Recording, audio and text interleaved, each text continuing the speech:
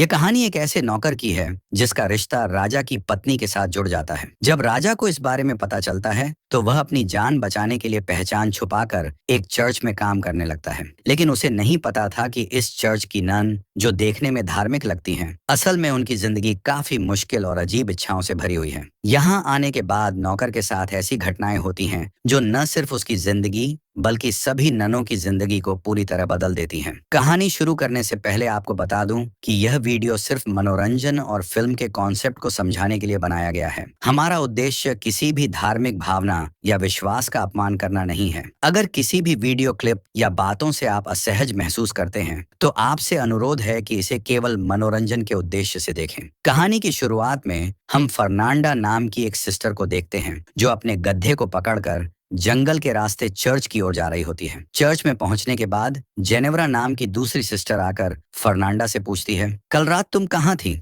Fernanda जवाब देती है, हमेशा की तरह कल रात भी मेरा गधा भाग गया था और उसे ढूंढते ढूंढते सुबह हो गई। इस पर जेनेवरा कहती है, मैं तो हर रोज गेट अच्छे से लॉक करती हूँ, फिर यह हर रात भाग कैसे जाता है? दोनों इसी बात पर चर्चा कर रही होती हैं। तभी चर्च का माली लुरको आकर उन्हें गुड मॉर्निंग कहता है, लेकिन दोनों उसे डांटकर वहां से भगा देती हैं। इसके बाद अगले सीन में सभी सिस्टर्स चर्च में जाकर सुबह की प्रार्थना करती हैं। प्रार्थना के बाद चर्च की सुपीरियर सिस्टर मरिया फर्नांडा से पूछती हैं, तुम कल रात कहाँ थी? इस पर फर्नांडा जवाब देती है, कल रात मेरा गधा फिर से भाग गया था और मैं उसे ही पकड़ने गई थी। यह सुनकर सिस्टर मरिया कुछ नहीं कहती। अब इस गधे का बार बार भागने का कारण कुछ और ही है जो हमें आगे पता चलेगा। दूसरी तरफ हम अलेसांद्रा नाम की एक और सिस्टर को देखते हैं जो अपने कमरे में बैठकर सिलाई कर रही होती है। वह बहुत उदास थी क्योंकि वह चर्च में नहीं रहना चाहती थी। वह बाहर जाकर अपनी जिंदगी को अच्छे से जीना चाहती थी। दूसरी ओर हम सिस्टर जेनेवरा को देखते हैं जो सिस्टर मरिया के साथ कुछ बातचीत कर रही होती है। तभी एक किताब में उसे एक तस्वीर दिखाई देती है जिसमें किसी अजीब विधि के बारे में लिखा होता है। यह देखकर वह थोड़ी हैरान हो जाती है और कुछ लाइनें पढ़ने के बाद वह किताब वापस रख देती है। वहीं सिस्टर अलेसांद्रा के पापा उससे मिलने आते हैं और दोनों बातचीत करने लगते हैं। उसके पापा कहते हैं, मैं तुम्हारे लिए एक अच्छा लड़का ढूंढ रहा हूँ, लेकिन परेशानी यह है कि जो भी अच्छा लड़का मिलता है वह बहुत ज्यादा दहेज मांगने लगता है। इस पर अलेसांद्रा कहती है, अगर आप चर्च में दान देना थोड़ा कम कर दें तो शायद दहेज के पैसों का इंतजाम हो जाएगा। पर उसके पापा कहते हैं, ये करना सही नहीं रहेगा। तुम चिंता मत करो और अपने करियर पर ध्यान दो।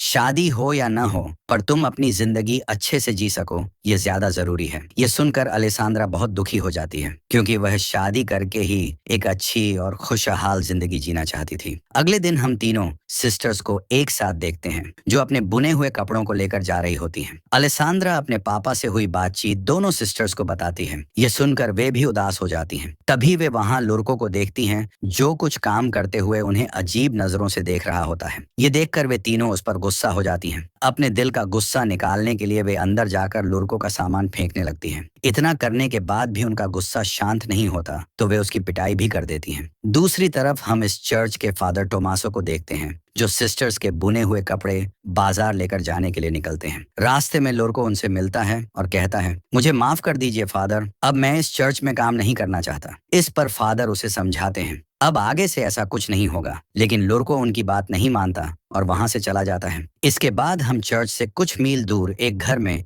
लॉर्ड ब्रूनो नाम के एक जमींदार को देखते हैं जो अपनी पत्नी फ्रांसिस्का के साथ खाना खाते हुए बातें कर रहा होता है। लेकिन फ्रांसिस्का का ध्यान उनके नौकर मसेटो की तरफ होता है और मसेटो भी अपनी मालकिन को देख रहा होता है। दोनों को देखकर ऐसा लग रहा था कि उनके बीच कोई चक्कर है। फिर रात होते ही हम देखते हैं कि फ्रांसिस्का और मसेटो बिस्तर पर एक राउंड खत्म कर चुके होते हैं। फ्रांसिस्का कहती है, मेरा पति मुझे खुश नहीं कर पाता, उसे बस अपनी शान और शौकत की बातें करनी आती हैं। इसके बाद दोनों दूसरे राउंड के लिए तैयार होने लगते हैं। तभी कमरे में ब्रूनो के आने की आवाज सुनकर मसेटो खिड़की से कूदकर भागने की कोशिश करता है, लेकिन ब्रूनो आकर उसे पीछे से देख लेता है और उसका पीछा करते हुए सभी नौकरों के घर में चला जाता है। मगर मसेटो पहले ही वहां पहुंचकर सोने का नाटक करने लगता है। इसके बाद ब्रूनो सभी नौकरों को चेक करने लगता है कि किसकी दिल की धड़कन तेज है। चेक करते हुए जब वह मसेटो के पास आता है तो उसे शक हो जाता है कि यही वह नौकर है, लेकिन अंधेरा होने की वजह से वह उसे पहचान नहीं पाता। इसलिए वह मसेटो के कुछ बाल काट लेता है ताकि सुबह होने पर उसे पता चल सके कि इस हिमाकत को करने वाला असल में कौन था। ब्रूनो के जाते ही मसेटो उठकर अपने सभी साथियों के बाल भी थोड़ा थोड़ा काट देता है ताकि ब्रूनो उसे पहचान न सके। सुबह होते ही ब्रूनो सभी नौकरों को लाइन में खड़ा करता है और एक एक करके उनके बाल चेक करने लगता है, लेकिन सभी के बाल थोड़े थोड़े कटे हुए होते हैं, जिससे वह यह तय नहीं कर पाता कि असली आदमी कौन है। इसके बावजूद वह समझ जाता है कि जो भी है वह बहुत होशियार है। गुस्से में वह सभी को धमकी देता है, मैं जिसे ढूंढ रहा हूँ, अगर मैंने उसे पकड़ लिया तो उसका काम तमाम समझो। फिर सभी नौकरों को सजा के तौर पर उनके बाल पूरी तरह कटवाकर छोटे करवा देता है। अगले दिन जब फ्रांसिस्का और ब्रूनो खाना खाने बैठते हैं तो ब्रूनो अपनी पत्नी को चेतावनी देते हुए कहता है, तुमने जो भी किया वह सही नहीं था। मैं जानता हूँ कि तुम भी इन सब में शामिल हो। अगर वह नौकर एक बार मेरे हाथ लग गया तो मैं उसके साथ साथ तुम्हें भी खत्म कर दूंगा। लेकिन फ्रांसिस्का ब्रूनो से बिल्कुल भी नहीं डरती और जवाब देती है, तुम ऐसा कुछ भी नहीं कर पाओगे। इसी बीच ब्रूनो अपनी पत्नी और मसेटो को इशारा करते हुए देखकर समझ जाता है कि वह नौकर मसेटो ही है। इसके बाद हम मसेटो को काम करते हुए देखते हैं और वहाँ फ्रांसिस्का भी होती है।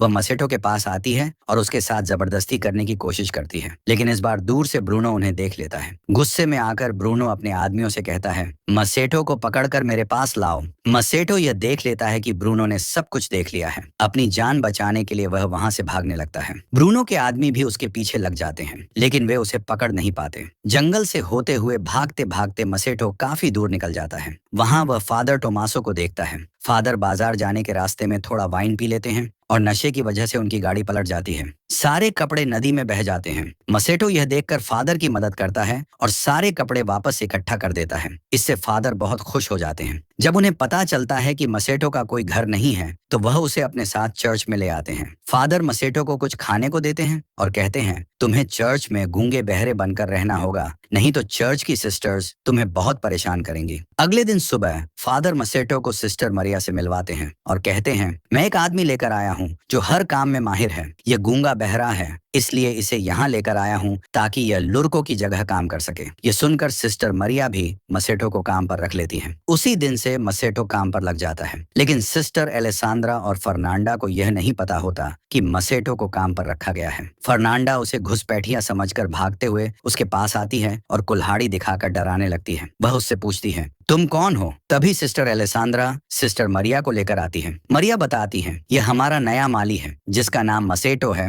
और यह गूंगा बहरा है। मरिया की बात सुनकर फर्नांडा मसेटो को छोड़ देती है। इसके बाद हम सिस्टर मरिया और एलेसांद्रा को देखते हैं, जहां मरिया बताती हैं, तुम सिस्टर्स ने मिलकर जो कपड़े बुने थे उन्हें फादर से बाजार जाते समय लुटेरों ने जबरदस्ती छीन लिया। मुझे अफसोस है कि तुम लोगों की मेहनत बेकार चली गई। फिर मरिया आगे कहती हैं, अब से कपड़े बुनने का काम बढ़ाने के लिए हम कुछ और लोगों को भी ले आएंगे ताकि कम समय में ज्यादा कपड़े बनाए जा सकें। इसके बाद एलेसांद्रा को वायोला नाम की एक बूढ़ी नन के साथ कपड़े बनाने का काम करते हुए दिखाया जाता है। इस दौरान उसे कपड़े बनाने की फ्रेम टूट जाती है। फ्रेम को ठीक करवाने के लिए वह मसेटो के पास जाने लगती है। तभी सिस्टर जेनेवरा एलेसांद्रा को जाते हुए देख लेती है और छिपकर उस पर नजर रखने लगती है। एलेसांद्रा मसेटो से कहती है, इस फ्रेम को ठीक कर दो। मसेटो फ्रेम ठीक करने लगता है, लेकिन इस बीच एलेसांद्रा अपने दिल की भड़ास निकालने लगती है। वह कहती है, मैं यहाँ नहीं रहना चाहती और ना ही सिलाई का काम करना चाहती हूँ। मैं यहाँ से बाहर निकलकर अपनी जिंदगी अच्छे से जीना चाहती हूँ। मसेटो यह सब सुनते हुए भी कोई प्रतिक्रिया नहीं देता, क्योंकि वह सबके सामने गूंगा बहरा होने का नाटक कर रहा होता है। एलेसांद्रा को भी पता होता है कि मसेटो कुछ नहीं सुन पाएगा और ना ही किसी से कुछ कह पाएगा, इसलिए वह बेझिझक अपनी बातें कहती रहती है। रात के समय मसेटो के कमरे में फादर आते हैं और उससे पूछते हैं, आज का दिन कैसा गया? यहाँ की सिस्टर्स थोड़ी झगड़ालू हैं, जिससे काम करना थोड़ा मुश्किल हो सकता है। मसेटो जवाब देता है, हाँ, कुछ सिस्टर्स सच में काफी झगड़ालू हैं, लेकिन मैं अपना काम संभाल लूंगा। फादर कहते हैं, चिंता मत करो, वो तुम्हें नुकसान नहीं पहुंचाएंगी, लेकिन कुछ भी हो मुझे बताते रहना और उनके सामने गूंगा बहरा बने रहना ताकि वो तुमसे ज्यादा उलझे नहीं। वहीं दूसरी ओर फर्नांडा अपने कमरे में कुछ पढ़ रही होती है। तभी उसकी खिड़की पर कोई पत्थर फेंकता है। वह खिड़की खोलकर देखती है तो पता चलता है कि उसकी बचपन की दोस्त मार्ता उससे मिलने आई है। इसके बाद दोनों एलेसांद्रा के कमरे में जाती हैं। तीनों मिलकर वाइन पीने लगती हैं। कुछ देर बाद सिस्टर जेनेवरा भी वहां आ जाती है और फिर सभी मिलकर मजे करने लगती हैं। फिर ड्रिंक करते हुए वे रोमांटिक बातें करने लगती हैं। मार्ता उन्हें लड़कों के बारे में कई बातें बताने लगती है और कहती है कि एक खास जड़ी बूटी है जिसे सही तरीके से इस्तेमाल करके लड़कों को आकर्षित किया जा सकता है। यह सब सुनकर बाकी तीनों भी खूब मजे लेती हैं। अगले दिन जब मसेटो काम कर रहा होता है तो एलेसांद्रा वहां आती है। वह मसेटो से कहती है, मैंने तुम्हारे लिए यह रुमाल बनाया है। फिर वह रुमाल से मसेटो के पसीने पोंछने लगती है और उसके पास बैठकर उससे बातें करने लगती है। दरअसल पिछली रात मार्ता की रोमांटिक बातें सुनने के बाद एलेसांद्रा के मन में रोमांटिक ख्याल आने लगे थे। बातों बातों में वह अचानक मसेट को किस कर लेती है। मसेट भी इस मौके को बिना गवाए उसी समय एलेसांद्रा के साथ तूफान और भूकंप के मजे लेने लगता है। लेकिन तभी चर्च की घंटी बजती है, जिससे मसेट घबरा जाता है। एलेसांद्रा भी जल्दी से खुद को संभालती है और चर्च में प्रार्थना करने चली जाती है। लेकिन प्रार्थना के दौरान फर्नांडा एलेसांद्रा के स्कार्फ और नाखूनों में मिट्टी लगी हुई देखती है। अगले सीन में जेनेवरा और फर्नांडा कपड़े धो रही होती हैं। तभी वहाँ एलेसांद्रा आती है, जो बहुत खुश नजर आ रही थी। वह उनसे कहती है, कल रात बहुत मजा आया। फर्नांडा पूछती है, तुम यहाँ क्या कर रही हो और तुम्हारे कपड़े इतने गंदे कैसे हो गए? इस पर एलेसांद्रा जवाब देती है, मैं उस नए माली के कामों में हाथ बटा रही थी, जिससे कपड़े गंदे हो गए। यह सुनकर जेनेवरा और फर्नांडा को यकीन नहीं होता, क्योंकि एलेसांद्रा कभी कोई काम नहीं करती थी। लेकिन फर्नांडा, जो काफी चालाक थी, समझ चुकी थी कि एलेसांद्रा कुछ छिपा रही है। इसके बाद हम फर्नांडा और मार्ता को जंगल में देखते हैं। वे उस जड़ी बूटी को खोजती हैं, जिसका जिक्र मार्ता ने पहले किया था। कुछ देर की खोजबीन के बाद वे उस जड़ी बूटी को ढूंढ लेती हैं। फिर वे उसे उबालकर एक खास लिक्विड तैयार करती हैं, जिसके बाद मार्ता फर्नांडा की आंखों में उस लिक्विड की 2 बूंद डालती है और फिर उसकी उंगली में हल्का सा कट लगाकर थोड़ा खून लेकर उसके गालों पर लगाती है।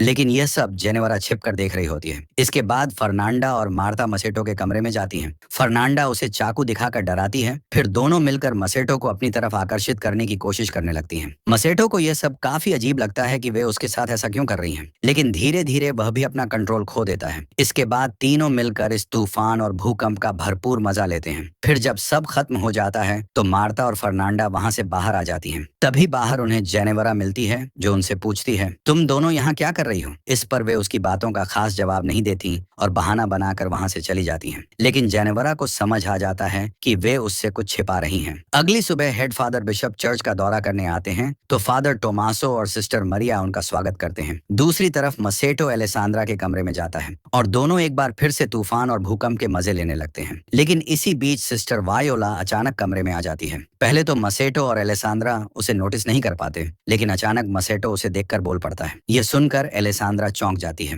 वायोला के आ जाने से दोनों घबरा जाते हैं। एलेसांद्रा तुरंत खुद को संभालती है और वायोला की मदद करने का नाटक करने लगती है, जबकि मसेटो जल्दी से बिस्तर के नीचे छिप जाता है। उनकी किस्मत अच्छी थी, क्योंकि सिस्टर वायोला सुन नहीं सकती थी, इसलिए वह उनकी हरकतें नहीं समझ पाई। बाद में मसेटो बिना कोई आवाज किए खिड़की से बाहर निकल जाता है। अगले दिन जेनेवरा मसेटो को आराम करते हुए देखती है और उसे आकर्षित करने के लिए जड़ी बूटी बनाती है, लेकिन वह इसे अपनी आंखों में डालने के बजाय पी लेती है। फिर वह अपने हाथ से खून निकालकर अपने गालों पर लगा लेती है। इस दौरान अलेसांद्रा मसेटो के कमरे में आती है और उससे पूछती है कि उसने क्यों झूठ बोला कि वह गूंगा है। इतने में जेनेवरा के आने की आवाज सुनकर अलेसांद्रा एक कोने में छिप जाती है और मसेटो सोने का नाटक करने लगता है। जेनेवरा, जो जड़ी बूटी के नशे में थी, मसेटो के पास जाकर उसे चिपकने लगती है और अजीब अजीब हरकतें करने लगती है। लेकिन फर्नांडा के आने की आवाज सुनकर वह भी छिप जाती है, जहां पहले से अलेसांद्रा थी। एक दूसरे को देखकर दोनों चौंक जाती हैं। फिर फर्नांडा कमरे में आती है और चाकू से डराकर मसेटो के हाथ बांध देती है और उसकी आंखों पर पट्टी बांध देती है। फिर वह उसे डराकर और धमकाकर जंगल की तरफ ले जाने लगती है,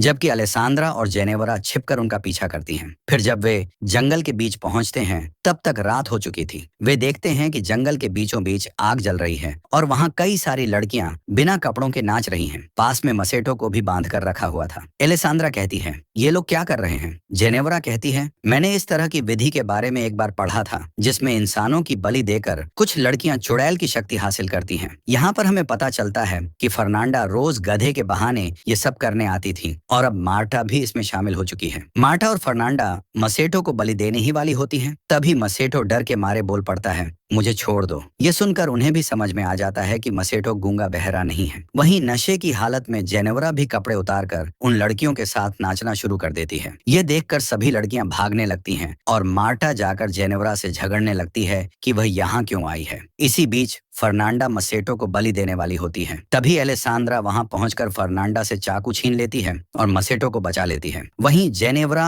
और मार्टा के हाथापाई में जेनेवरा मार्टा को डंडे से मारकर बेहोश कर देती है। फिर उसके कपड़े पहनकर वह गधे को लेकर चर्च की तरफ भाग आती है। चर्च पहुंचकर वह चिल्लाने लगती है कि फर्नांडा एक चुड़ैल है और यह सब आवाज सुनकर फादर बिशप बाहर आते हैं तो जेनेवरा आकर उन्हें बताने लगती है कि फर्नांडा एक चुड़ैल है। इतने में फर्नांडा, एलेसांद्रा और मसेटो भी वहां पहुंच जाते हैं। एलेसांद्रा फादर से कहती है ये झूठ बोल रही है और आज इसने वह जड़ी बूटी लिया था और नशे की हालत में बकवास कर रही है। पर जेनेवरा कहती है नहीं, मैं झूठ नहीं बोल रही हूँ, ये सब एक साथ मिले हुए हैं और ये दोनों इस माली के साथ इंटीमेट भी हो चुके हैं। ये सुनकर फादर बिशप मरिया को बुलाकर बाहर लाते हैं और पूछते हैं कि ये सब क्या हो रहा है। तभी फादर टोमासो भी मरिया के कमरे से बाहर आते हैं, जिसे देखकर सभी लोग हैरान रह जाते हैं और फादर बिशप भी समझ जाते हैं कि इस चर्च में अब तक क्या चल रहा था। इसके बाद अगले दिन फादर बिशप एक एक करके सभी को सजा सुनाते हैं और भगवान से माफी मांगने के लिए कहते हैं। फादर टोमासो को सबसे बड़ी सजा मिलती है क्योंकि उन्होंने फादर होने का गलत फायदा उठाया था। उन्हें सजा के तौर पर एक ऐसे आश्रम में भेज दिया जाता है जहां सिर्फ मर्द रहते हैं। मसेटो को फिर से लॉर्ड ब्रूनो के हवाले कर दिया जाता है, जहां लॉर्ड के सिपाही उसे बंदी बना लेते हैं।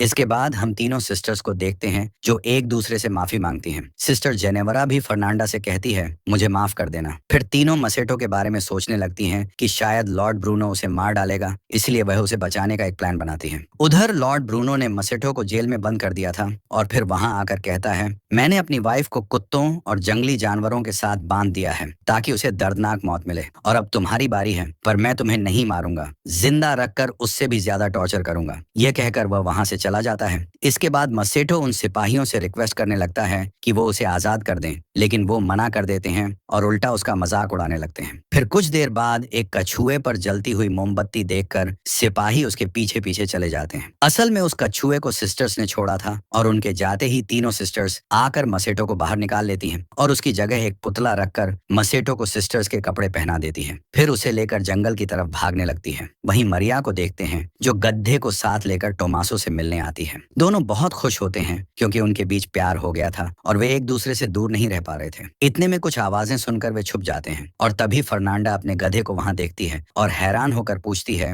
कि यह गधा यहाँ कैसे आया, लेकिन जेनेवरा उसे वहां से ले जाती है। फिर उनके जाने के बाद मरिया और टोमासो बाहर आते हैं और वे समझ चुके थे कि उन तीनों सिस्टर्स ने मसेटो को छुड़वा लिया है। उनकी शरारत देखकर वे एक दूसरे को मुस्कुराते हुए देखते हैं और दोनों एक साथ वहां से जाने लगते हैं और इसी के साथ कहानी यहीं पर खत्म हो जाती है।